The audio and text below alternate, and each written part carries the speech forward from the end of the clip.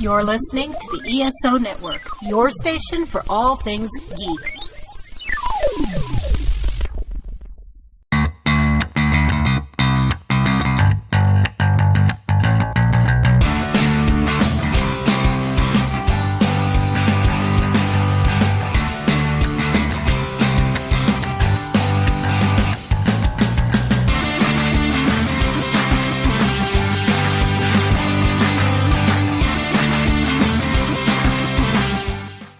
What's up, music lovers? You are digging the Modern Musicology podcast. My name is Alan, and with me I have DJ and journalist Rob Levy.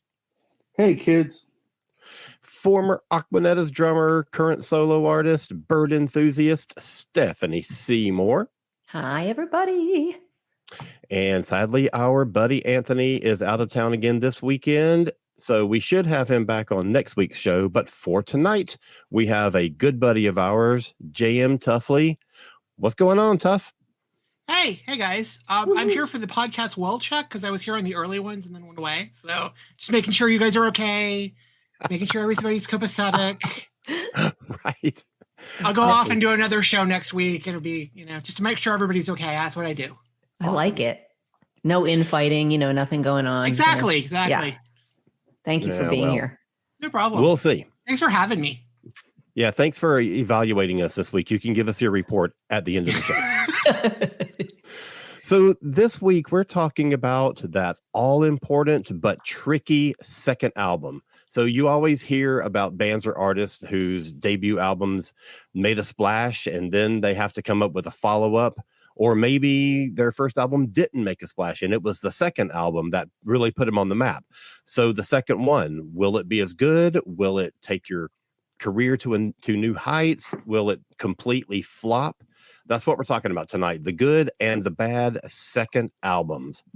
But first, I want to get to the mailbag and get some listener feedback. We talked about the Rolling Stone greatest 200 singers list ever. And buddy, did we get some comments about that? Buddy, did we? So first, from John Thomas Casey, he says, quote, "The controversy made me embarrassed for music fans, especially the Celine Dion fans. They are the worst. A protest? What kind of entitled jerk do you have to be to start a protest in front of a magazine because your favorite whaler didn't get into your list? What the hell, guys? Stay home." Wow. That is hilarious. I love it. I'd like to point out that Celine Dion was never in the Wailers. That's just Bob Marley. Wow, dude.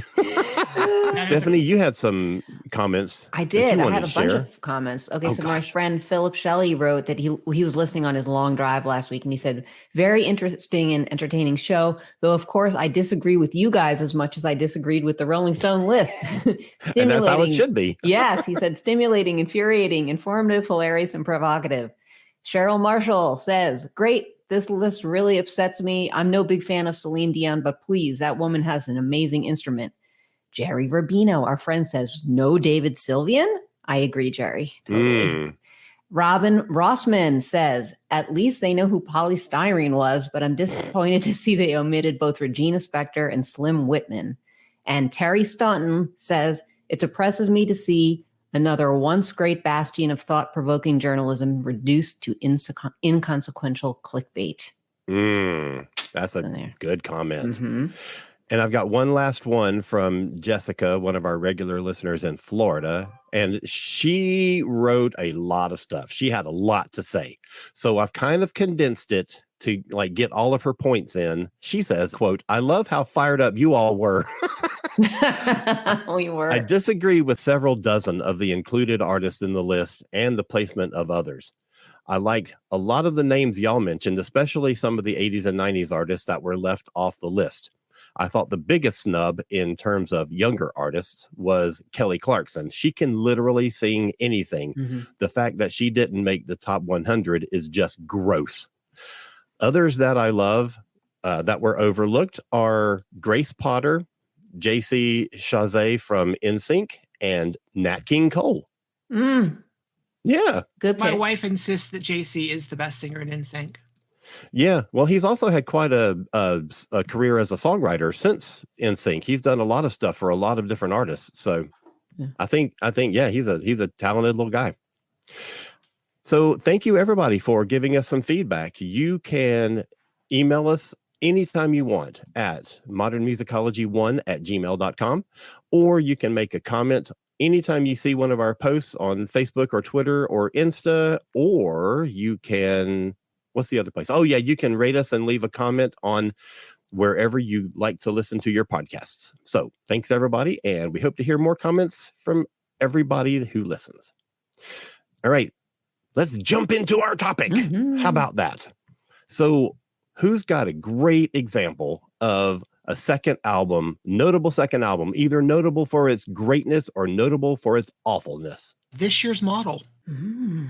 Okay. Because it's good, because it's the first one with the attractions, and that album goes like a house on fire. It's great, and you can immediately tell the difference between the first album and the second album. Because that band just gels. That's a good point. That's not one I would have thought of. I didn't either. Yeah, think of Elvis. I have one that's sort of not. I picked October by U2, which is, I feel like the whole thing was at a disadvantage in the first place, because I don't know if everyone knows the story, but Bono was at a gig, and they were at a gig in Portland, and his notebook with all the lyrics and his briefcase with the song ideas and stuff got hijacked and got stolen. And so he was basically improvising a lot of the lyrics on that record. But I think there's some amazing songs on it. Like Gloria is awesome, and it's so passionate and wonderful. But like, I don't think it measures up to Boy, and I don't think it measures up to War after it. So I think it was a little bit scattered and kind of chaotic. It's stuck between two really, really good albums. Yeah, that's it the really problem. is. Yeah. And just like I said, I mean, the disadvantage of, you lose all your lyrics and whatever you've been working on, and then that blows. And then you have a timeline where you have to make a record, for the record company. So there's somebody walking around Dublin with U2's really good well, sound. actually, they got it back. He got it back like years later. 23 years later, it was found in the attic of a rental home that a woman was renting in Portland, and they spent like a year trying to get in touch with U2's management, trying to get it back to them, but he did. She did. Mm-hmm. Wow, that's crazy. Yeah. So I will go with with a record from 1991, The Sunday's Blind. I had a feeling you were going to mention that one. But here's the thing: I don't hate it. It's not terrible. It's just after the first one, it's kind of a misstep. But to be fair, they recorded the album, and then their record label went out of business, and then they had to their UK label went out of business. So then they basically had to go into finding a label and making a record at the same time. And then when they signed to a new label, it was sort of trying to find a single and trying to make it work. And if you went to any of the live shows on that time, at that time period, they were fantastic. It's just the record, it was just a little flat. It's not great. It's not terrible. It's just kind of there. But Reading, Writing, and Arithmetic is so good, yes, that it's really hard to top that. So I totally agree. I don't think that they only did 3 albums. I don't think the second or third one ever matched that first record. That first record is one of my favorite albums ever released by any band. I absolutely love it. And there's some really good songs on both the second and third albums. I just don't think that as a whole, as a record, I just don't think it holds up as well as the first one does. The first one just blows me away every time I hear it. the other problem too is it got released right around the same time as another record we're probably going to talk about later on DGC in America as well. Okay. Well, then I'm gonna jump back to the 70s, and a band that I am a huge fan of and has been hugely influential. They started life with an album that was kind of Zeppelin-esque, and I don't think they would have ever achieved the heights that they achieved had they not changed drummers after their first record and got Neil Peart in their band. Mm-hmm. So Rush's second album, Fly By Night, is really the thing that starts to launch them. And of course, they go on to much, much bigger and grander things later on. But were they resting on just that first album? I don't think that there was anything all that special and unique about Rush to get that much notice. But Fly By Night, just by, well, first of all, more experience of the whole band itself, but then adding Neil Peart completely changed their sound. He's a completely different kind of drummer, a much more complex drummer, but also a poet and lyricist on par with some of the greatest songwriters ever. And I think that Neil's lyrics, his playing too, but I think his lyrics is really what pushed Geddy and Alex to expand their ideas, to expand their concepts of music and songwriting and what music can be. And I just think that there's nothing that would have happened with Rush the same way had that second album not happened the way it did. Now, did he start writing on the second album? Yeah, he came in immediately with like writing all the lyrics. There was a song that like Alex wrote, but other than that, Alex and Geddy wrote all the music and Neil wrote all the lyrics. Yeah. And you can see an amazing difference in the lyrics of the first album to the second. So do we want to start with a controversy now? Yeah, sure. Go for it. Do it. So, all in dear on the internet, controversy. Dear internet, Use Your Illusion is the second album. Let's just throw that out there. Use Your Illusion is the second album. Lies is a repackaged live album with 4 acoustic tracks. It's an EP. It's so weird. I just pulled out Lies today. That's so funny that you're saying that.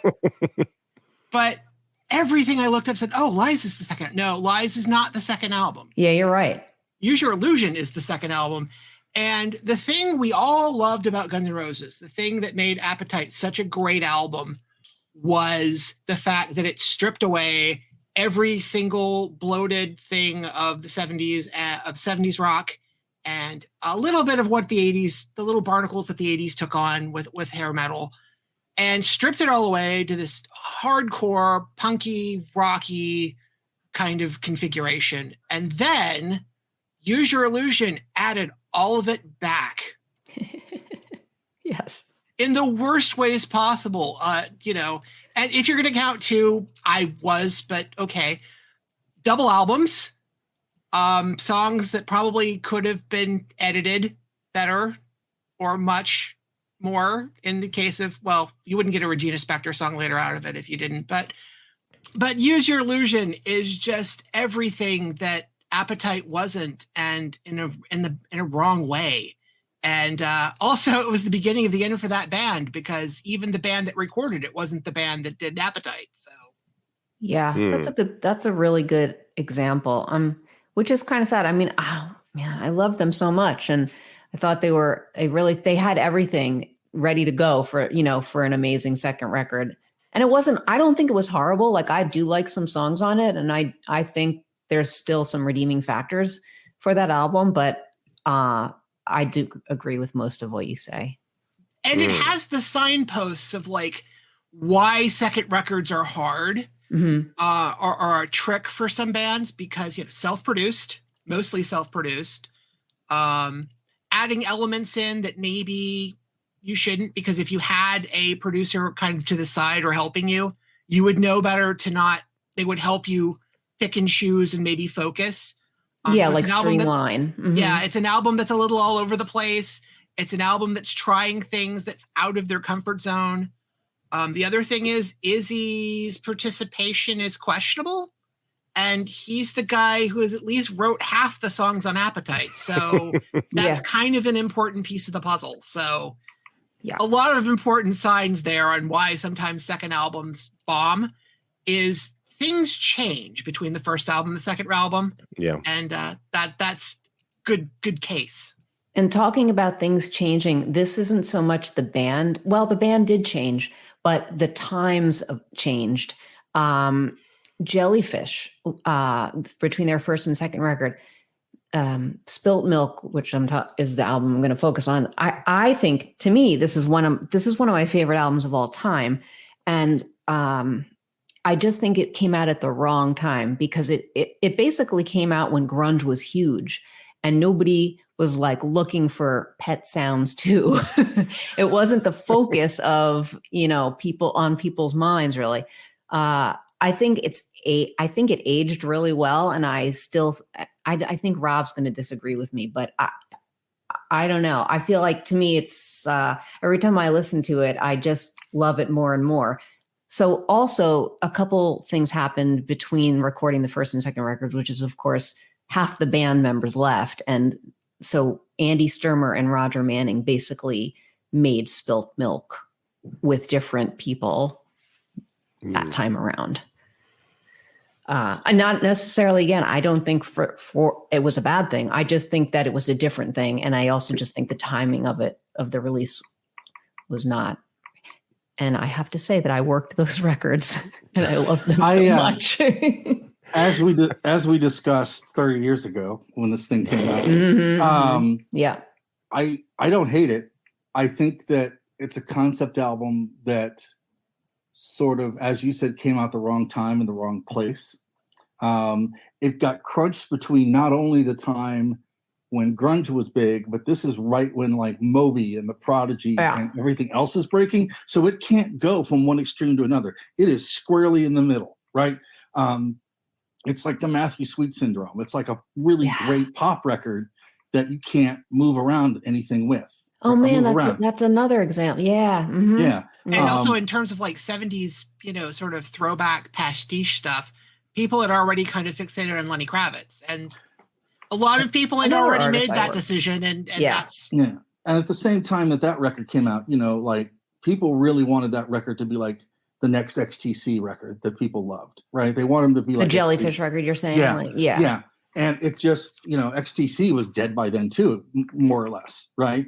They were in a career doldrum as well. So I think if that record came out maybe 6 months earlier or 6 months later, it probably would have done better. But this is a point I do want to sort of bring up with this list too, is when I made my list, I sort of like discarded where they were in terms of like the public psyche at the time, because hindsight has vindicated a lot of records, and a lot of really great second albums sort of suffered from poor release dates or bad labels. Right. And there's a couple instances of that we're going to run through, but I think that, I don't think it's a bad album. I don't think it's a great album. I think it's a solid second album. And I think that when I think of a second album, I'm not looking for them to jump up to like the next plateau. I want it to be solid. And I think that is sort of, they're not, going up the scale. They're not going down it. It's still going even across the graph. Right. What's interesting about that album also is like the single was Ghost at #1. And I know it did pretty well at radio, but I remember thinking at that time when we released that as a single, like that should not be the single. To me, I think there's a million, of course that's figurative, but other songs on that record that just could have been a single, like Joining a Fan Club or, I don't know. There's a lot. That's one I ran. Yeah. So anyway. Yeah. Back when we were young. And we met each other so young at radio.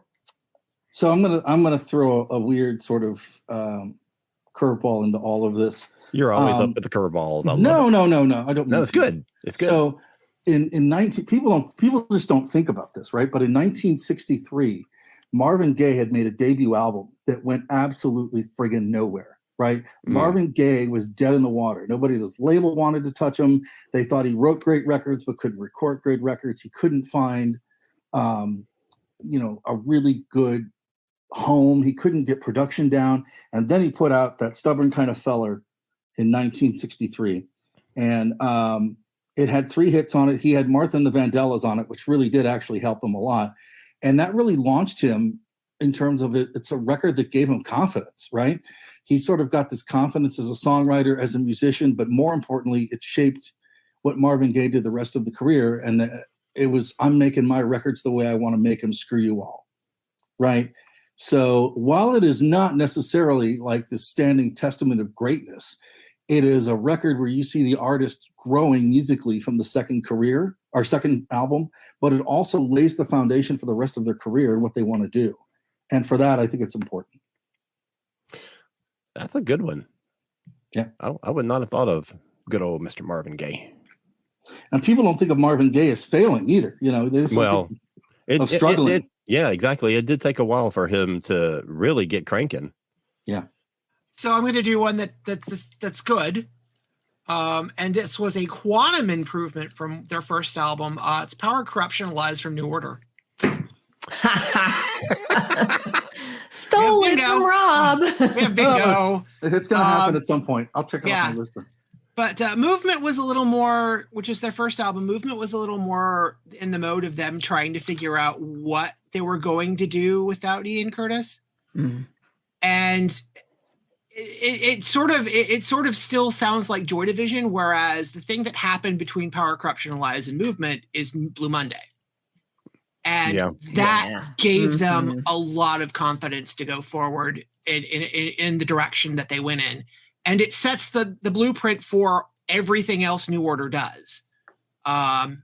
It's a really good album, and I just love it. And it's a good album, but it's also experimental. And, people always forget that Age of Consent is probably one of the best opening tracks and opening bass lines of a track. Oh, man, yeah. On an album. And also it's got a song about the prisoner, so I can't really fault that. And I will piggyback off of that with Joy Division Closer. Yeah. Which Absolutely. is also, you're like, hey, we're in a band. We put out a great first album that everybody loves, and our singer hung himself. What the hell are we going to do now? Right? Well, you release the album and you have this record that is just unrelentingly bleak. It's unrelenting. It is not for me, it's a feel great record, but, and it's got a track on it that's a waltz, right? Because Decades is basically a waltz. It's in waltz time. And it's a band in mourning, and it's a band that is sad, and you can feel just like this heaviness when you listen to it, in the same way later when you hear some of the later Nirvana records, you know where this is going, right? But it's held up. And it was, when it came out, people thought this is really good. And now, upon hindsight, in the same way that with Power, Corruption, and Lies, people look upon it as being like a masterpiece, which I think is kind of interesting. Although I think in real time, people, I don't know the answer to this, but I would imagine some people would feel a little awkward listening to it, given what happened. Yeah.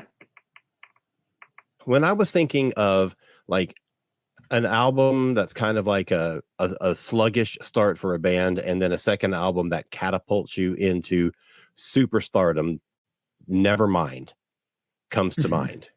Yeah. And, I think it's the first album, Bleach, was a great record, but I don't think it got as much notice as, when Teen Spirit came out, that just like took every person who was a music fan at the time and just like pounded their head into a concrete wall. And there was no way that you could ignore that song and that record. So Nevermind. What you got, Rob?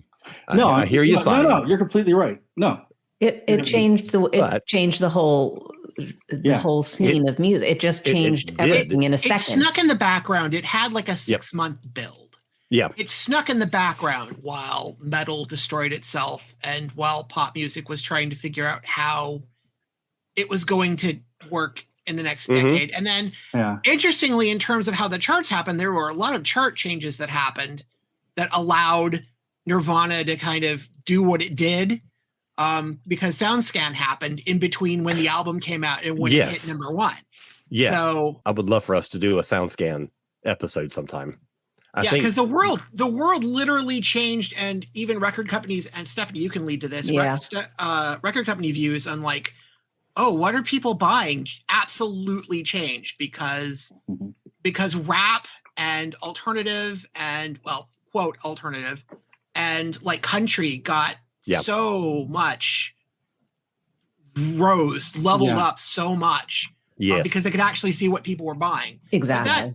Nirvana had a slow build, and the changes that happened underneath Nirvana coming out are really interesting.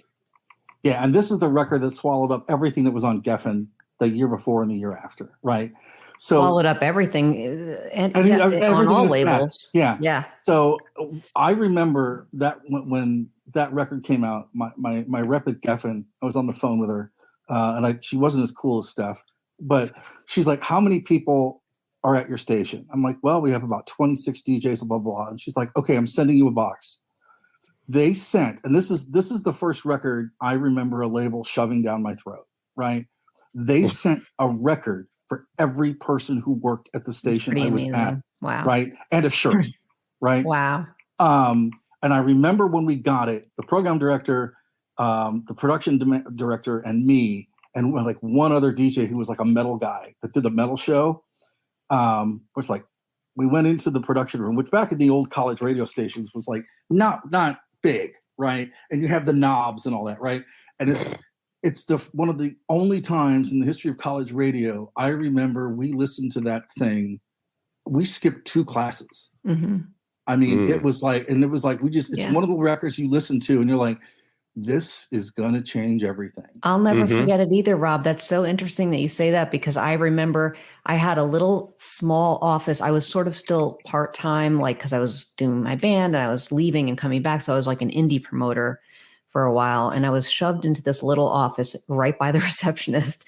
And I remember putting it on and listening with my door closed. And I was like, I just remember staring at the door and just thinking, oh my God, like, what am I hearing? This is just, it's so, I just knew the same thing. It was like, that's going to change everything. And I couldn't, like, my emotions were so strong. And I remember that moment to this day. Wow. It is also a record that they played at the Limelight. In the middle of all of the the little weird club kid crap that they played that, and that place went friggin' nuts, right? That's the record that put rock records back into like juice bars and clubs, right? But like that thing was just a tidal wave. You cannot even explain. No, you had to kind of live through it. Yeah. Like anything that happens now, it's like, yeah, whatever. This is, I know it's a wonder. It's interesting I wonder if we'll ever see something that massive again of a movement.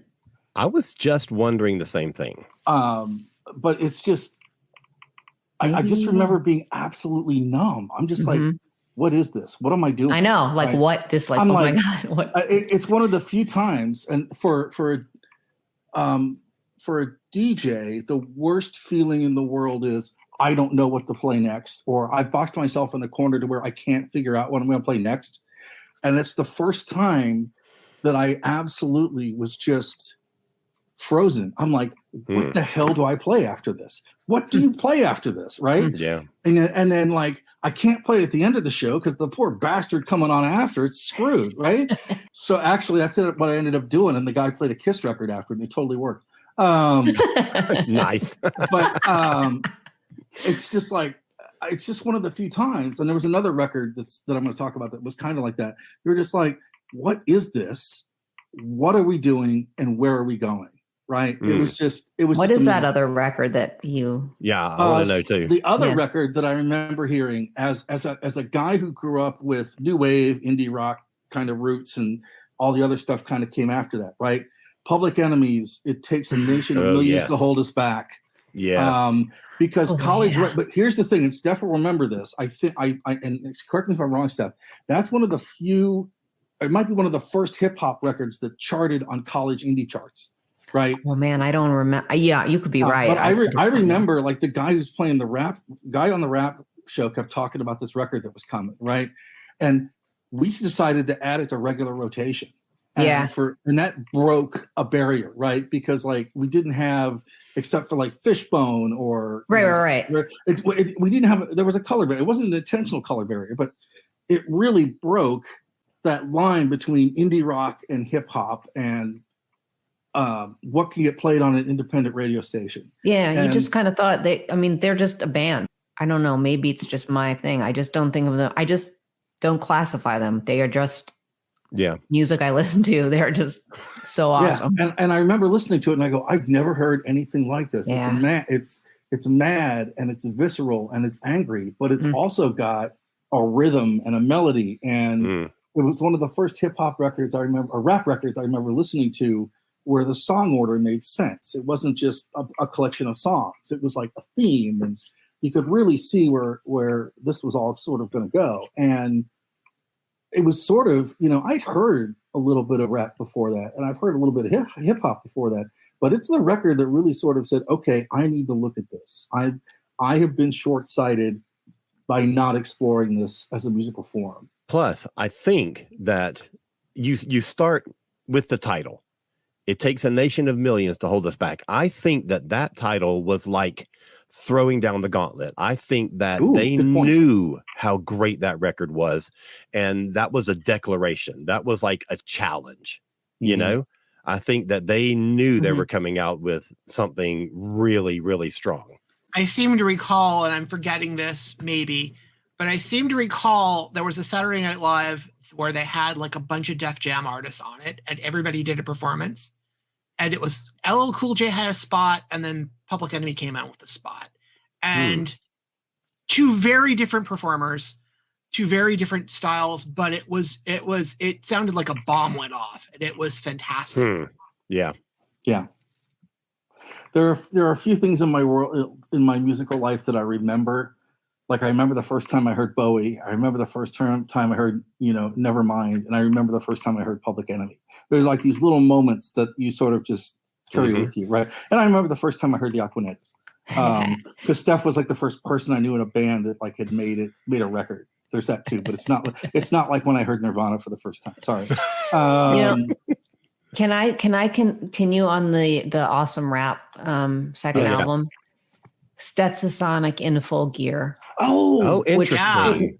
Which could possibly be I don't know. I mean, that's in my top 20 records of all time.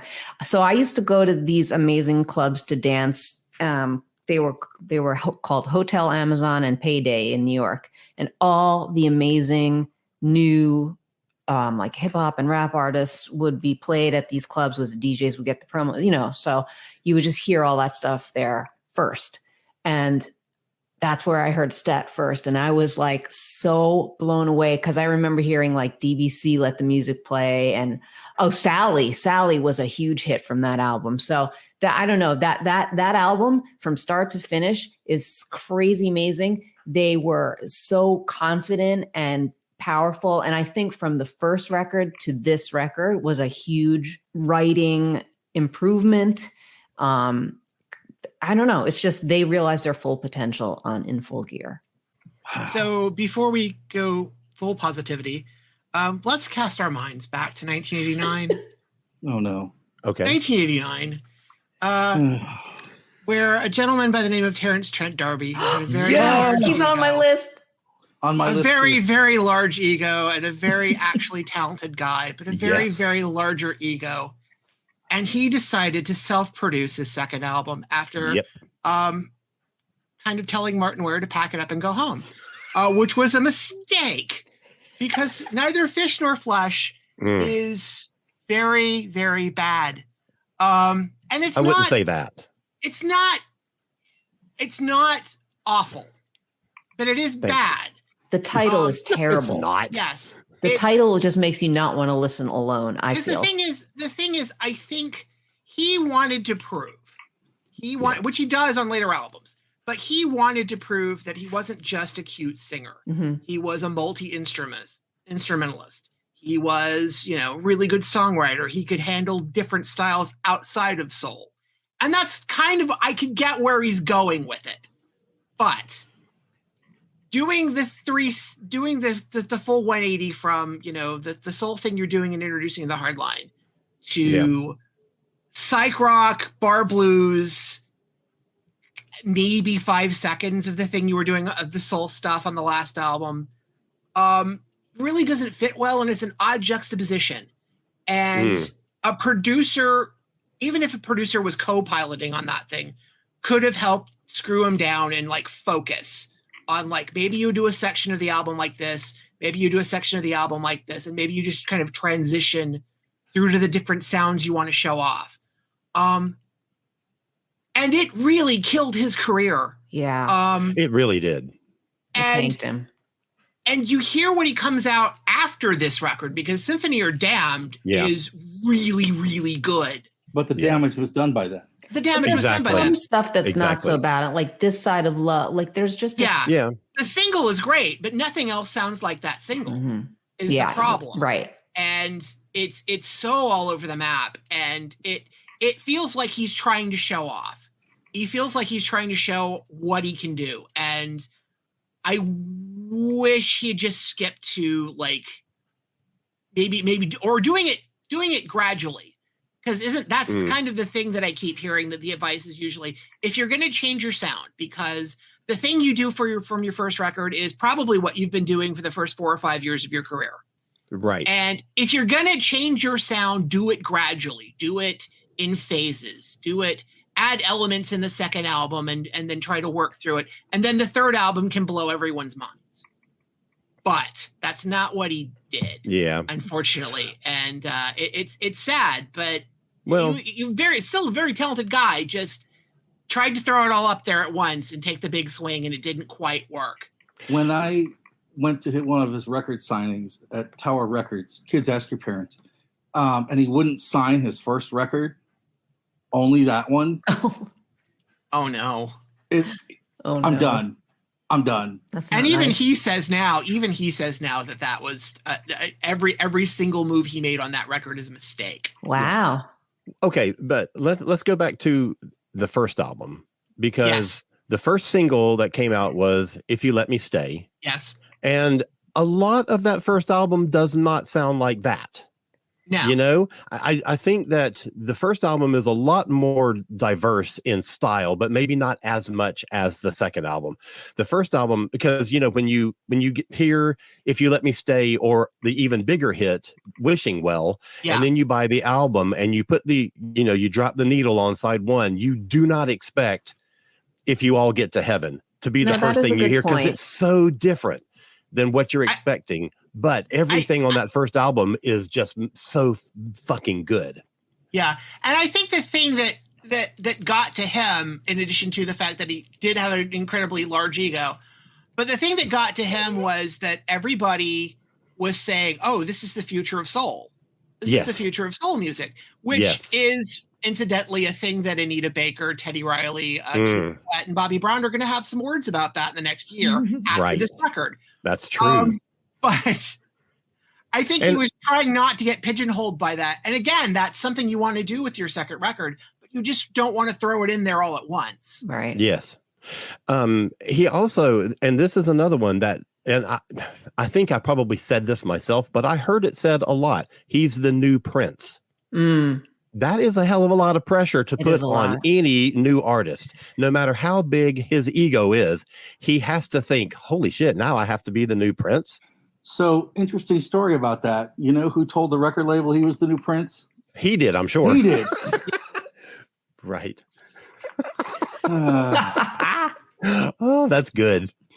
Too funny. Oh, but man, I love that first album, and I can't believe that didn't come to mind when I was putting my list together. Because I saw it on there, but I just got so traumatized that I stayed away from it. But like, and the sad thing is, it torpedoes his career. Because he is so talented. Because he's so talented, and Symphony or Damn is just, it's what everything that second record should have been. Yeah. It's that departure from the soul stuff. It's a lot of multi-instrumental stuff. It's everything he could have done on the second record. Yeah. But just for some reason just couldn't get there. Yeah. And Vibrator's the same thing. Vibrator carries that on. And I wish if you could have just deleted that and just scrapped it and just gone directly to that record, it would have probably helped. But man, that's a shame. Yeah. Okay. I've got an example of a band who drastically changed styles from first album to second album, but it worked. And that's Tears for Fears. That first record is so good. It's so good. It wasn't as commercially successful, but it's such a great record. That second album comes along and it's a fucking masterpiece. And it's really the thing that kicked off their career in a whole different way. And it's stylistically, it's very different from that first record. You don't hear a lot of the stuff that's sort of like what you think of Tears for Fears. If you only had heard that first record, you don't hear a lot of that stuff on the second record. But it's still synthy, but it's brighter. It's brighter and whiter and louder. Exactly. It's more symphonic. It's more like composed as opposed to like songwritten. It's a brilliant, brilliant record. And I just think it's one of the examples of like really changing directions and changing focus, and it like working out for them. And the thing with The Hurting is it's super dark. True. If you pay attention to the lyrics, it's a super dark record. And it's one of those things where you scratch your head. I've seen a bunch of old Top of the Pops where it's constantly chart topping, and I'm like, this is the most depressing thing.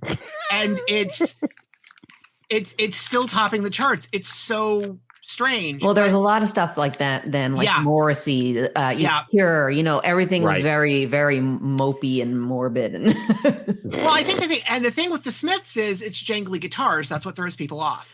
Yes, because he's like, totally lyrically, he's in a massively depressed place, but to flip your entire sound, like what you're saying, and like go like widescreen. Exactly. Widescreen. That's a good way to put it. Widescreen is, and I'm stealing that from comics, but when you go widescreen with your sound, it's way different. Yes. But I also think too, it's having Steve Lillywhite as a producer who is an incredible producer that can get not only an artist to do amazing things that are outside their comfort zone, he is great at talking them into going outside of their comfort zone. And that's a really good case of a band just putting all of its faith in a producer, right? And making a record that is, yes, their vision and what they want it to be, but also having sort of the smarts to go, okay, this guy has done this, and this, let's listen to him. So I think it's, besides being a record that sort of defined who they were as a pop act. I'm going to talk about a producer whose second album was so freaking amazing that it like blew my mind and changed my life. And it's Daniel Lanois for The Beauty of Winona. Shocking. You're bringing shocking that I'm going to talk about Daniel Lanois. I know. Please calm down, everybody. But I saw him play at Town Hall for this album. It was him and two other people on stage producing some of the most intense sound that three people could ever make. I think the dynamics were incredible. It would be like you could hear a pin drop, and then it was as if the walls were shaking. And the songs are so beautiful, and the lyrics are so beautiful. It's such an evocative album. And this actually, The Messenger, which is a fantastic song. I think I don't know if I'm going to do it, but I really want to cover it for my next cool album, EP. That's awesome. I don't know. I know, guys, I know you've had opinions on cover songs that you don't really love them, but I don't know. I feel like there's something that's pulling me. I wouldn't say that.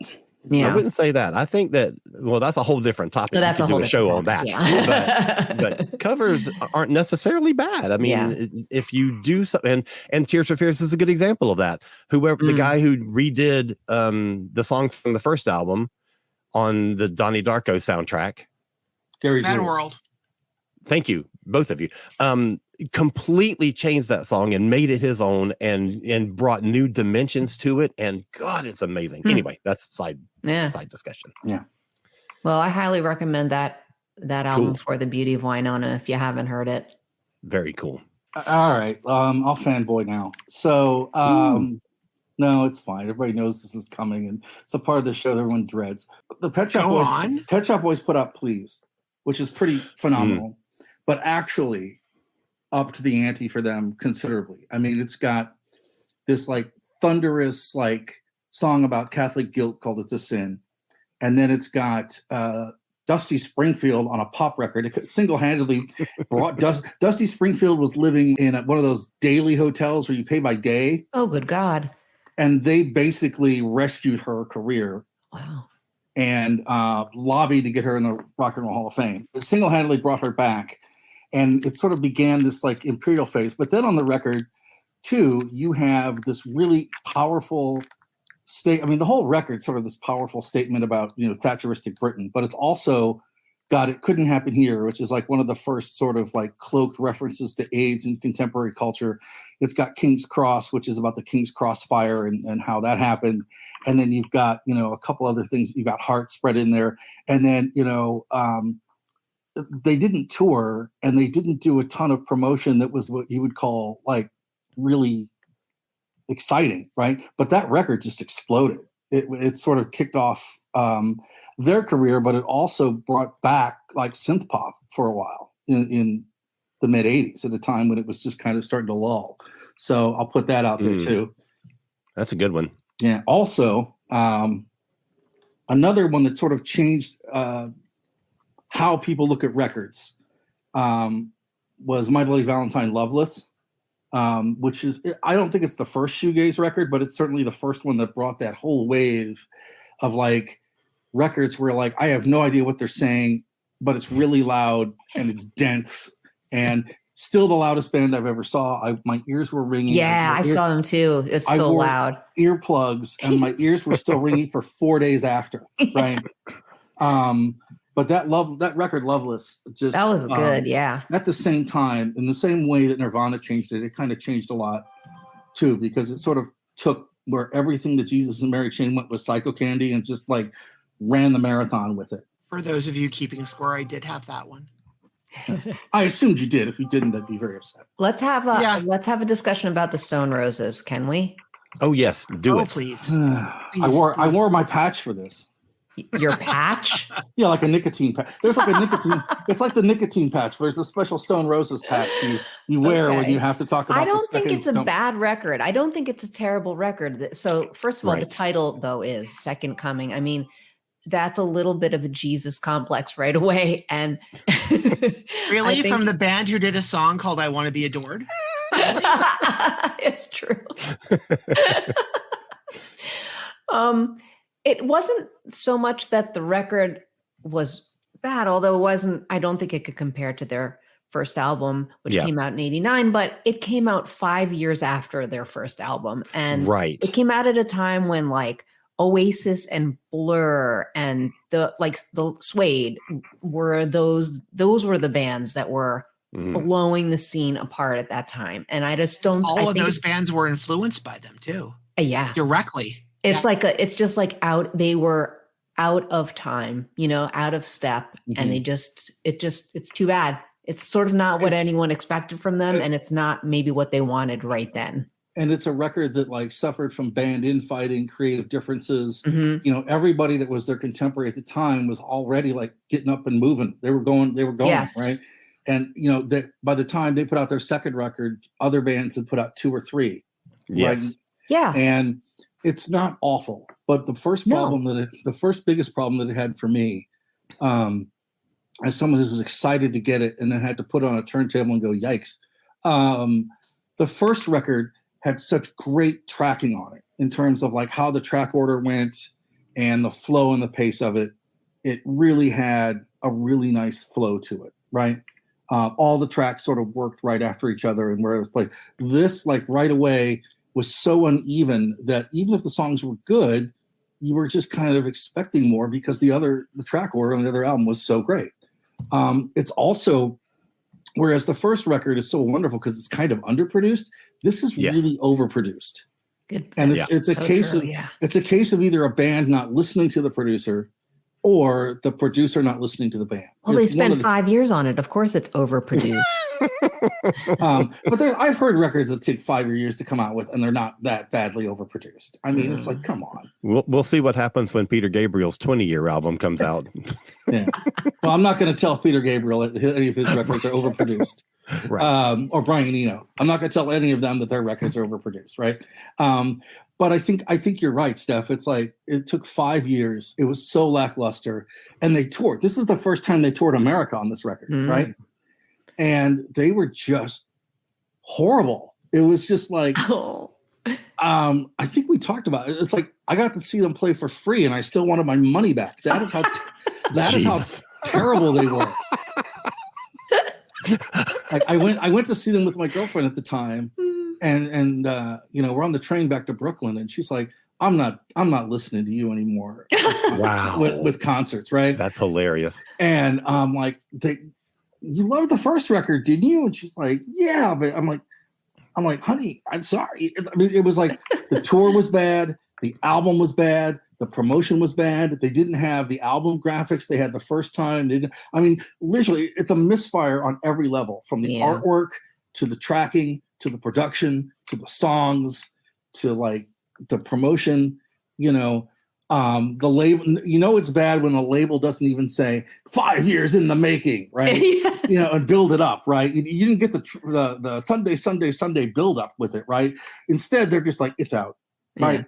They didn't even like try to build this up as like, you've been waiting 5 years for this. Yeah, right? I don't even know if when it came out, I don't even remember it really coming out. I don't even remember. Yeah, I don't either. Because I was so into those other bands, Blur, Oasis, and that kind of thing at that point. And this kind of reminds me of another band that sort of had the same kind of success at roughly the same time and tweaked their sound. When you listen to the first Radiohead album and you listen to the Bends, it's night and day, right? That this is a band that grew. It's a band that listened to a producer. It's a band that had a visual aspect that worked. And, the Bends really what sort of came along later as being like, everyone thought it was great. It's a nice second record. But it's like maybe 10 years after it that people are like looking at this thing going, okay, this record is like way better than we think it is, right? I think that really changed. I think the Bends significantly changed the landscape of the whole music scene too, though. I really do. Yeah, it did, because everyone was expecting Creep again. Yeah. And it's more of a cohesive album than a singles album. So I'm going to throw in something slightly more hard rock. Oh, please. The second album from Alice in Chains, Dirt. Oh, yes. How did I not think to put that on my list? After a bunch of EPs, where everybody was wondering, what are they doing? Yeah. Because there were a number of EPs. There was, after a number of EPs after the first record, and literally touring with opening with literally anyone. Yeah. And you can look at who they opened for, and it is literally every single tour they could get on after Facelift. Mm-hmm. But Dirt's the record that kind of solidifies that these guys can not only sort of tweak their sound a little bit toward the mainstream, but still stay very intense. Oh my God. But it was a very diverse collection, and it did sort of the thing that when we were talking about the Terrence D'Arby record, it shows you a range of what the band's capable of. Which was a really good record. It was just, and also the thing that kind of propelled it was Wood. I talked about that song on a previous podcast. Yeah. That is such a friggin' amazing song. It's an amazing song. And Lane Stanley is really great. Lane Staley. Really great. And it's a really fantastic record. Mm-hmm. Great pick. That is a great pick. Yeah, it really is. Okay, so before we wrap this up, I did a little post on so I'm a big fan of a SiriusXM show or channel that's no longer around called Volume, which was a talk radio show all about music. And there's a sort of a fan group on Facebook called the Volume Maniacs. So I did a little post in that Facebook group to get people's feedback on what they think of as good or bad second albums. And so I've got a bunch of things that we're going to run through really quickly. Rita Kessler, well, actually two people, Rita Kessler and Valerie Vovakis, both said Panic at the Disco. Pretty odd, was not as successful as the debut, but I don't know that they said it was bad, but it just wasn't as good as the first one. Derek Hall, The Gaslight Anthem, The 59 Sound. Sean Foster, Jude Cole, A View from 3rd Street, so much better than the debut. Ken Levy, which I don't know as a relative of Rob's or not, mentions the Cars, the Knack, Van Halen 2, and ABC as not having, the Cars was a much better album, just as good as the debut. Is that Panorama? Huh? No, Candy-O was the second Cars. Yeah. The Knack, I agree with him. Van Halen 2, God, I think Van Halen 2 is an amazing record. I think I like it more than their first album. Oh, he's saying it's not good? Oh, yeah. Yeah, he says not as good as the second. Not as good as the first. Sorry, dude. Yeah, me too. Yeah, Beauty Stab was on my list of tragedies. And on top of it, they made a terrible movie called Beauty Stab to go with the record that is just as terrible as the record. Kevy Zim I think rightly points out that Ricky Lee Jones' first album was great. No one remembers the second one. David Richardson mentions Candlebox. The debut album went triple platinum. The follow-up barely went gold. John Menninger says both Bruce Springsteen and Billy Joel's second albums were next level. And the Bruce second album got a couple of other mentions as well. Tony Kirillik says Stone Roses. Second album, unlistenable.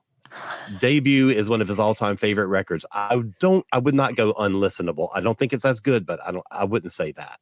Yeah. They just needed to get something out. Yeah. I mean, they had 5 years. Come on.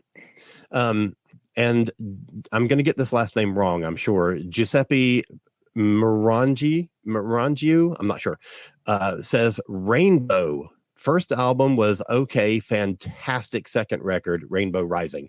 100% agree with you, Giuseppe, and I can't believe it didn't occur to me to put that on my list because Rainbow Rising is one of the greatest rock records ever made. So I just want to say thanks to all my Volume Maniacs, all my buddies who are fellow fans of the Volume channel on SiriusXM. Thanks for pitching in all your great suggestions. Okay, so that wraps it up for this week. That was a great discussion.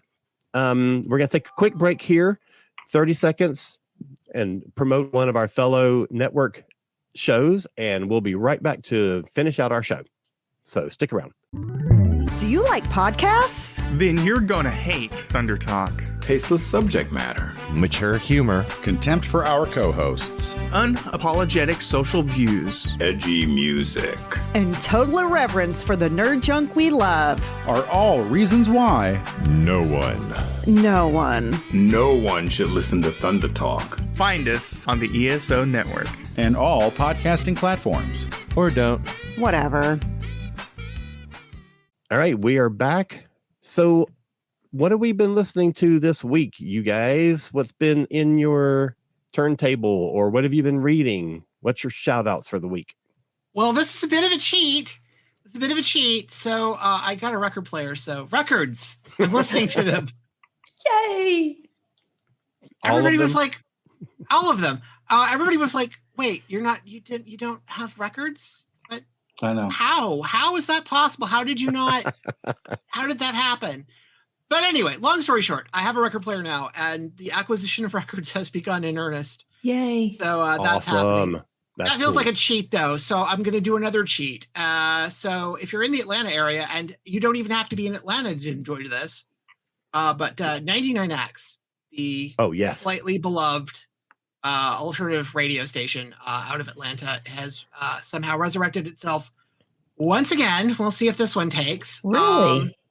Yes, they are a full-fledged actual broadcasting radio station. They've been hovering between streaming and an HD signal since they were pulled off the air majorly back in 2008.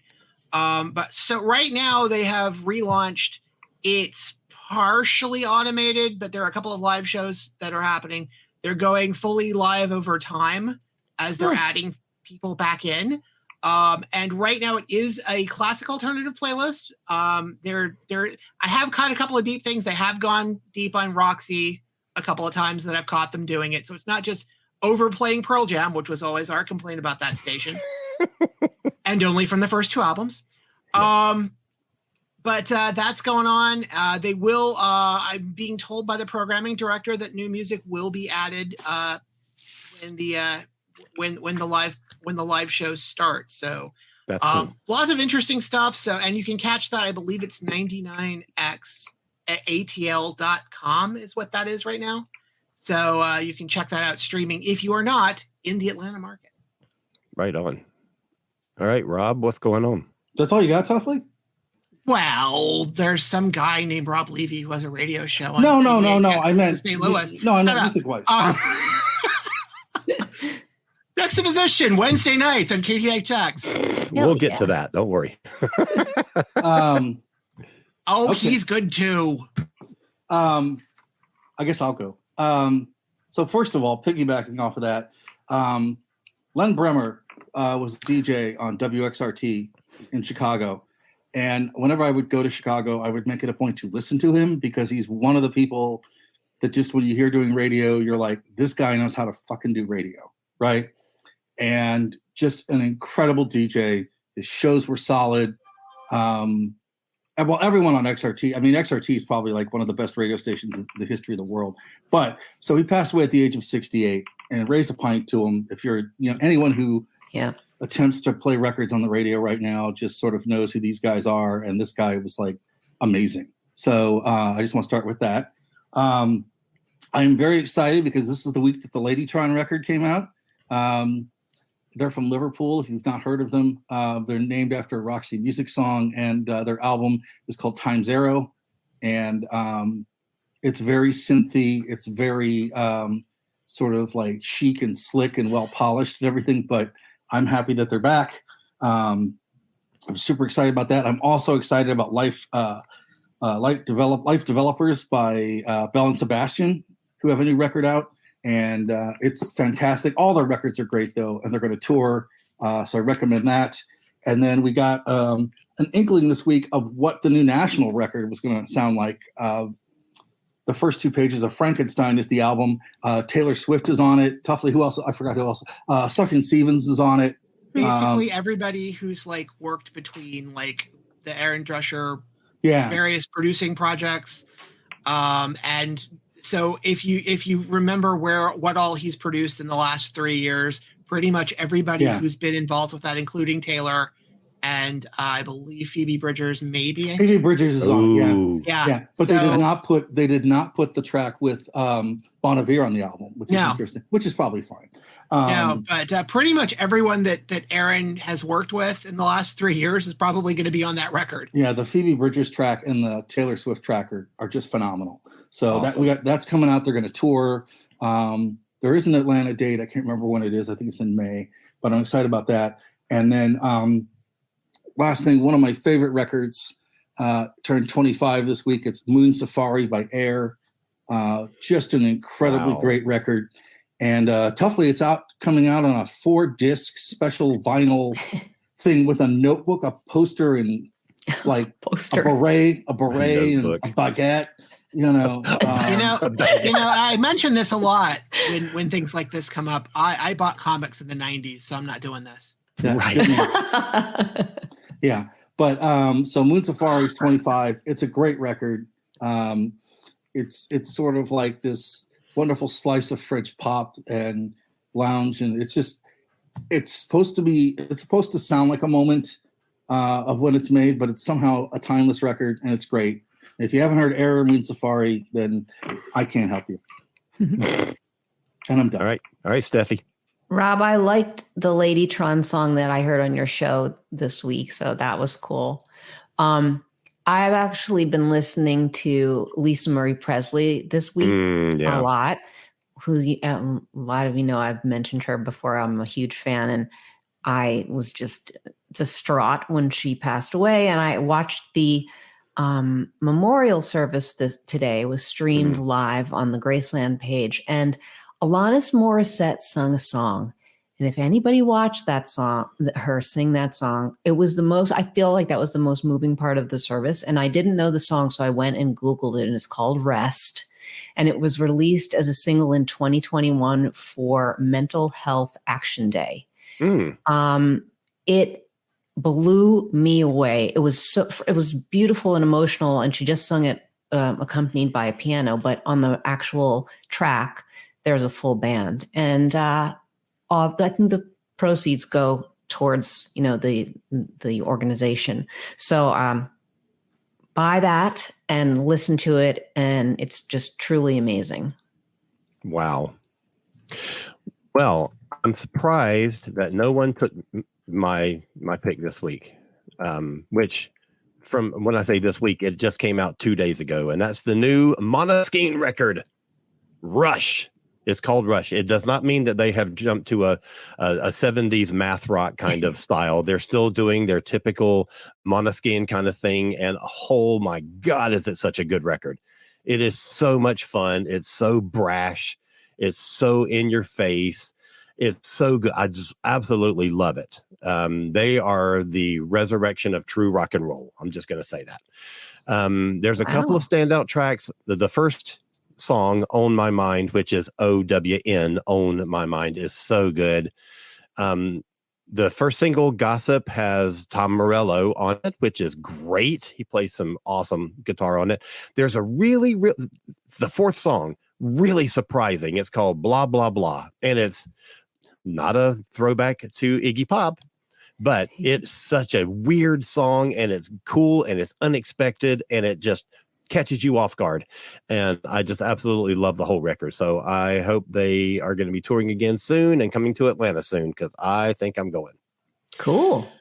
All right. That does it for us this week. Each one of you, tell us where we can see and hear more of you on this here intranet. Okay. You can find me. You can find me on Instagram at there_r_birds. You can find me on Facebook at Stephanie Seymour Music. You can find me on Bandcamp, and you can find me on all the streaming platforms everywhere. And I also have a website, therearebirds.com. And you should go and watch the video for Stephanie's current single, There Was a Time, because it has been doing really well, and it just crossed the 3,000 views mark. Thanks, Alan. Yay! Congratulations. Thank you. Go find that. And actually, we should just post a link to it on the Modern Musicology Facebook page. All of our pages.